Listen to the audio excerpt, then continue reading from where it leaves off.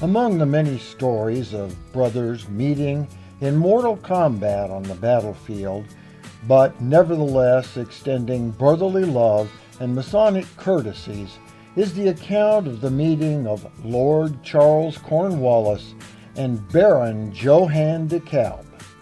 Not much is known of the Masonic activities of either, nor are their lodges known for certain.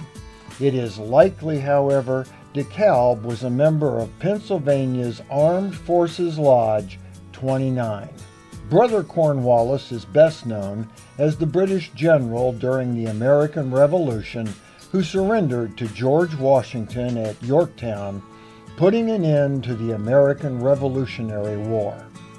As a member of the House of Lords, Cornwallis actually sided with the American colonists, but chose country over ideology when he became the commander of British forces in the colonies on January 1st, 1776. He led that effort until his surrender October 19, 1781.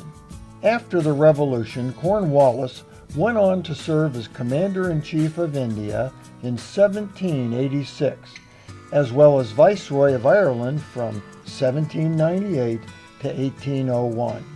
He returned to India in March 1805, serving as Governor General until his death 7 months later at the age of 66. Born in Germany in 1721, Brother de Kalb served in the French army for over 20 years, coming to America in 1768 on what was called a secret mission designed to help France determine the level of discontent among the colonists. During that trip, he came to respect the colonists for what he called their spirit of independence. 9 years later, he returned to the colonies with the Marquis de Lafayette, his protege, joining the American forces with the rank of Major General. He spent most of that winter at Valley Forge with a brigade of troops under his command. De Kalb was a popular figure given his support, loyalty, and ultimate sacrifice to America. Across the country, cities, towns, and counties have been named after him. The ironclad Civil War ship named in his honor sported a large square and compasses atop its smokestacks. Brother George Washington described him as the generous stranger who came from a distant land to fight our battles. And at one of those battles, in Camden, South Carolina, on August 16, 1780, de Kalb's horse was shot from under him, and while he was still on the ground, British soldiers shot and bayoneted him. Cornwallis saw what had happened and rode to his aid.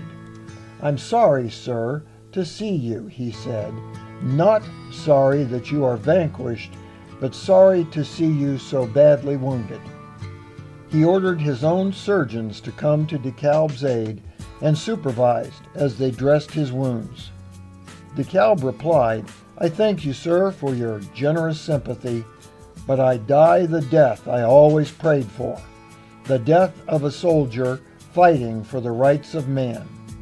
He died 3 days later at the age of 59. Cornwallis, his mortal enemy but Masonic brother, attended his funeral and performed the grand honors of Masonry at his gravesite. For the Whence Came You podcast, this is Steve Harrison with the Masonic Minute.